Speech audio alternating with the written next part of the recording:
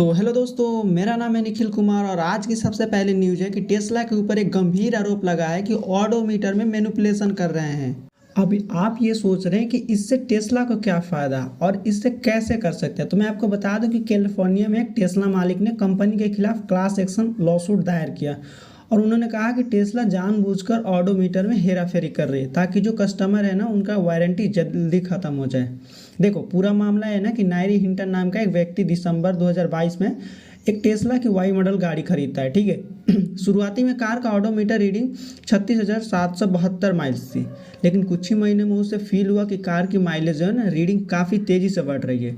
तो उसने आजमाने का सोचा और मार्च 2023 से लेकर के जून 2023 तक वो रोज़ सिर्फ 20 माइल चलाता था, लेकिन कार का जो ऑडोमीटर था वो एवरेज 72 माइल्स दिखाता था कि कभी कभी तो यानी वो 117% ज़्यादा दिखा रहा था। और जैसे ही जुलाई 2023 में कार ने 50,000 माइल्स पूरे किए, यानी कार का बेसिक वारंटी ख़त्म।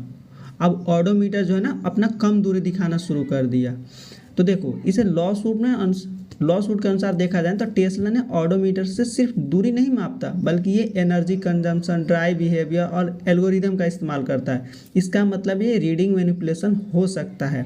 अब आप सोच रहे इससे टेस्ला को क्या फ़ायदा होगा, तो भाई साहब पहली बात तो कि इसका बेसिक वारंटी ख़त्म हो जाएगी। दूसरा, बेसिक वारंटी जल्दी ख़त्म हो जाएगी तो रिपेयर चार्ज से कंपनी कमाएगी। कस्टमर की मजबूरी हो जाएगी कि एक्सटेंडेड वारंटी खरीदना पड़ सकती है, और जिसको खरीदना होगा खरीदेगा भाई। अब इससे क्या होगा ना कि टेस्ला कंपनी जो है ना काफ़ी ज़्यादा मुनाफा कमाएगी।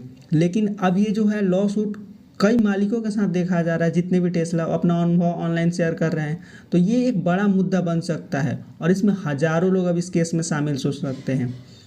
तो अब देखना ये होगा कि टेस्ला इस मामले पे क्या सफाई देता है और अदालत इस पे क्या फैसला सुनाती है। देखो, मुझे जहाँ तक लगता है ना, टेस्ला जिस हिसाब से मतलब उनका फॉल डाउन हो रहा है, कैसे उनकी कार मॉडल जो है अब उसका सेलिंग डाउन हो रहा है, अगर इस तरह के अगर न्यूज़ आते हैं ना, चाहे वो गलत हो या सही हो, अगर इसका जल्द से जल्द अगर वो सफाई नहीं देते हैं ना, तो उनका और ज़्यादा लॉसेस होने का खतरा है। क्योंकि ये कोई छोटा मोटा बात नहीं है, बहुत बड़ी प्रॉब्लम बन सकती है टेस्ला के लिए। वहीं बात करें आईसीआईसीआई बैंक के बारे में, तो उन्हें Q4 में 18% के ग्रोथ के साथ 12,630 करोड़ का नेट प्रॉफिट दिखाया है। अब देखो भाई साहब, इस प्रॉफिट के पीछे ना एक बहुत बड़ा है, वो है बैंक के को तगड़ा ट्रेजरी गेन मिला है इस बार, जो कि है 239 करोड़ का। और यहीं पिछले समय की बात करें तो पिछले साल 281 करोड़ का घाटा भी हुआ था। अगर हम पिछले साल से कंपेयर करें तो इस साल का प्रॉफिट के आधार पर 18% बढ़ा है, जो कि 12,630 करोड़ तक पहुंच गया है। वहीं कंसोलिडेट प्रॉफिट की बात करें तो 13,502 करोड़ है, जो कि पिछले साल के इसी क्वार्टर से 15.7% ज़्यादा है। अगर हमें नेट इंटरेस्ट इनकम की बात करें तो 11% बढ़ा है, जो कि 21,193 करोड़ रहा। वहीं नेट इंटरेस्ट मार्जिन 4.41% तक पहुंच गया है। एक चीज़ और इसमें अगर नोटिस करने वाली बात है कि बैंक का जो लोन और डिपॉजिट ग्रोथ है ना, डिपॉजिट ग्रोथ वो भी अच्छा रहा है। अगर टोटल डिपॉजिट की बात करें तो 14% का ग्रोथ रहा।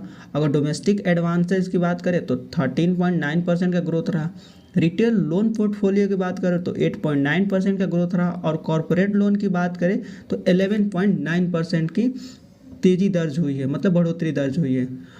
अब बैंक का कहना है कि उनका ध्यान क्रेडिट क्वालिटी पे है, जो कि बिना रिस्क बढ़ाए ग्रोथ जारी रखेंगे। वहीं बात करें नेटवर्क न्यूज़ 18 मीडिया की, तो उन्होंने 29 करोड़ का लॉस रिपोर्ट किया है, जबकि कंपनी की कुल रेवेन्यू इस बार 561 करोड़ का रहा है। अगर पिछले साल देखा जाए तो कंपनी इसी क्वार्टर में 195 करोड़ का घाटा हुआ था, लॉस हुआ था, और उनकी कुल रेवेन्यू हुई थी 2,792 करोड़। तो एक तरह से देखा जाए तो पिछले साल के कंपेयर में इस साल उन्होंने अपनी मतलब वो घाटे को, लॉस को कम तो किया है, बट अभी भी लॉस में ही है। हालांकि पिछले साल की तुलना नहीं भी की जा सकती। रीज़न क्या है ना कि उस टाइम पे वीकॉन 18 और स्टार इंडिया का मर्जर हुआ था, और कंपनी ने ये बताया था ना कि उनके मर्जर के कारण 1,435 करोड़ का लॉस हुआ है, जो कि एक्सेप्शनल आइटम के तौर पर बता दिया गया था। अब इसके पीछे रीज़न ये लॉस का ना कि न्यूज़ जो टीवी इंडस्ट्री है ना, उसमें 15% का लॉस, गिरावट चल रहा है। विज्ञापन रेवेन्यू पर भी असर पड़ रहा है। हालांकि डिजिटल सेगमेंट जो है ना, उसको हल्की हल्की बढ़त देखने को, मतलब उसमें इम्प्रूव होते हुए दिख रहा है। अब न्यूज़ 18 के जो चेयरमैन है आदिल जुलैल भाई, तो उनका कहना है कि कंपनी को जो है लॉन्ग टर्म ग्रोथ को लेकर के पूरी तरह से पॉजिटिव है। यानी जो न्यूज़ 18 है वो आने वाले समय में अब प्रॉफिट दर्ज कराएगी, क्योंकि आप देख भी सकते हो पिछला साल जो था वो 195 करोड़ का लॉस था। उसके बाद इस साल कंपनी ने 29 करोड़ का लॉस किया। तो लॉस है लेकिन फिर भी वो इम्प्रूव करते जा रहे हैं। तो क्या पता अगले साल तक वो प्रॉफिट भी गेन करने लगे। तो आपका इस पर क्या राय है कमेंट करके ज़रूर बताइएगा। और यहाँ तक आपने वीडियो देखा है तो वीडियो को एक लाइक करके कमेंट जरूर कीजिएगा। वहीं बात करें IT की सबसे बड़ी कंपनी इन्फोसिस को लेकर के, तो उन्होंने अभी हाल में ही 240 ट्रेनी को बाहर निकाला है। तो क्या लगता है IT सेक्टर में अब ट्रेनी को नौकरी पाना मुश्किल होता जा रहा है, क्योंकि ये दूसरे महीने के दूसरी बार परफॉर्मेंस के आधार पर ट्रेनी को बाहर निकाला गया है। इससे पहले भी 320 ट्रेनीज को बाहर निकाला गया था। अब इससे जब कंपनी से पूछा गया तो उन्होंने कहा कि हम अब जितने भी ट्रेनीज हैं उनके लिए एक प्रोग्राम रख रहे हैं और उसको पास करना ज़रूरी है। उन्होंने कहा कि ये NIIT और अपग्रेड के जरिए ट्रेनिंग प्रोग्राम ऑफर करे, जिसका पूरा खर्चा कंपनी खुद उठा रही है। साथ में 1 महीने की सैलरी भी दे रही है, रहने और आने जाने का खर्चा भी देगा। लेकिन अगर वो टेस्ट को पास नहीं करते हैं तो उन्हें अलग कर दिया जाएगा और ये 3 मौके दिए जाएंगे। अभी जो जितने भी ट्रेनी बाहर किए गए थे उनको 2022 में हायर किया गया था और उन्हें अक्टूबर 2024 में ऑनबोर्ड भी किया था। आपको बता दें कि फाइनेंशियल ईयर 2025 में इन्फोसिस में 15,000 ट्रेनी को भर्ती किया गया है। लेकिन इसी को लेकर के जो यूनिट्स है, जो कर्मचारियों के यूनिट्स है NITS, उन्होंने आपत्ति दर्ज कराई और भारत सरकार के ministry of skill development and entrepreneurship को शिकायत दर्ज कराई है। उनका कहना है कि ये जो छांटने के या अलग करने के तरीके हैं अनएथिकल है। उन्हें बिना किसी सूचना के ट्रेनी से जबरन मिनिमम सेपरेशन साइन करवाया जा रहा है। तो क्या है मतलब आपका इस पे क्या राय है, हमें कमेंट करके ज़रूर बताइएगा। वहीं बात करें जस्ट डायल के बारे में तो उन्होंने 61% का प्रॉफिट गेन किया है, जिसके साथ वो 584 करोड़ तक पहुंच गए हैं। अगर सिर्फ हम जनवरी से लेकर के मार्च क्वार्टर की बात करें तो कंपनी ने 157 करोड़ का प्रॉफिट गेन किया है। वहीं फाइनेंशियल ईयर 2025 में कंपनी का कुल रेवेन्यू 1141 करोड़ रहा, जो कि पिछले साल से 9.5% ज़्यादा है। वहीं क्वार्टर 4 की रेवेन्यू भी 7% के साथ ग्रोथ की थी और 289 करोड़ तक पहुंच गई थी। इस ग्रोथ का सबसे बड़ा कारण है जस्ट डायल की स्ट्रेटजिक मर्चेंट एक्वाइजेशन, जिन्होंने शहर के छोटे छोटे गांवों से दोनों पर कंपनी का मजबूत पकड़ है। क्वार्टर 4 में जस्ट डायल के प्लेटफॉर्म पर 1 से 91 मिलियन यूजर्स विजिट है, जो कि पिछले साल के कंपेयर किया जाए तो 11% से भी ज़्यादा है। वहीं टोटल बिजनेस लिंग्विस्टिन 18.8 मिलियन हो चुकी है। तो जस्ट डायल के चीफ ग्रोथ ऑफिसर है श्वेतांक दीक्षित, उनका कहना है कि फाइनेंशियल ईयर हमारे लिए सिर्फ फाइनेंशियल ग्रोथ का नहीं बल्कि लोकल बिजनेस एंगेजमेंट के ट्रांसमिशन का साल रहा है। उन्होंने बताया कि जनरेटिव AI, बेहतर लिंक्डइन और यूजर मर्चेंट एक्सपीरियंस पर फोकस ने उनकी कंपनी के ग्रोथ को और मजबूत किया है। तो आपको क्या लगता है कि जस्ट डायल कंपनी एक बहुत अच्छा उभरती हुई कंपनी दिख रही है, हमें कमेंट करके जरूर बताइएगा।